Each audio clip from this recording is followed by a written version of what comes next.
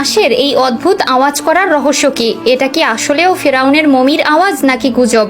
এই শব্দের যা ব্যাখ্যা করেছেন বিজ্ঞানীরা তা জেনে হতবাক হবেন আপনিও। ফেরাউনের লাশ পচে না, কিন্তু এর নাক পচে কেন? আর কেনই বা ফেরাউনের লাশের উপর প্রতি বছর ইঁদুর ছেড়ে দেওয়া হয়? কেনই বা ফেরাউনের হাতের নখ ও চুল বাড়তে থাকে? এছাড়াও আমি আজকে আপনাদের জানাতে চলেছি ৩৫০০ বছর আগে ফেরাউনের সাথে কি ঘটেছিল। জানতে হলে ভিডিওটির প্রথম থেকে শেষ পর্যন্ত দেখতে থাকুন।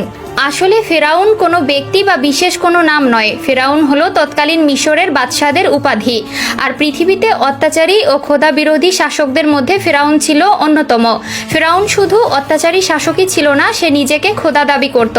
মানুষকে আল্লাহর পরিবর্তে তার নিজের ইবাদত করতে বলতো। পবিত্র কোরআনে ২৭টি সূরায় মোট ৭৪ বার ফেরাউন শব্দটি উচ্চারণ করা হয়েছে এবং এমন খোদাদ্রোহী ও অত্যাচারী জালিমের কথা তুলে ধরা হয়েছে।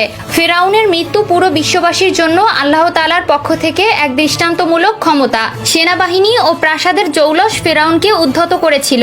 নিজের ক্ষমতার ব্যক্তি দেখে নিজেই বিস্মিত হয়েছিল ফেরাউন, তাই নিজেকে খোদা দাবি করেছিল, নাউজুবিল্লাহ। মূসা ও হারুন আলাইহিস সালাম ফেরাউনের কাছে ইসলামের দাওয়াত নিয়ে যান, কিন্তু ফেরাউনের উন্মত্ততা তখন আরও বেড়ে যায়। সে আল্লাহর নবী মূসা আলাইহিস সালামকে হত্যা করার মনস্থির করে। অতঃপর ফেরাউন এবং তার সৈন্য বাহিনী নিয়ে মূসা আলাইহিস সালামকে ধাওয়া করে। আল্লাহর হুকুমে সাগরের মধ্য হতে পথ সৃষ্টি হওয়ায় মূসা আলাইহিস সালাম পার হয়ে যায়, কিন্তু ফেরাউন সাগরে ডুবে মারা যায়। আল্লাহর আযাব দেখে ফেরাউন তওবা করার চেষ্টাও করেছিল, কিন্তু তার তওবা কবুলের দরজা বন্ধ হয়ে গিয়েছিল, বরং তাকে পৃথিবীর কাছে দৃষ্টান্ত হিসাবে রেখে দিয়েছে।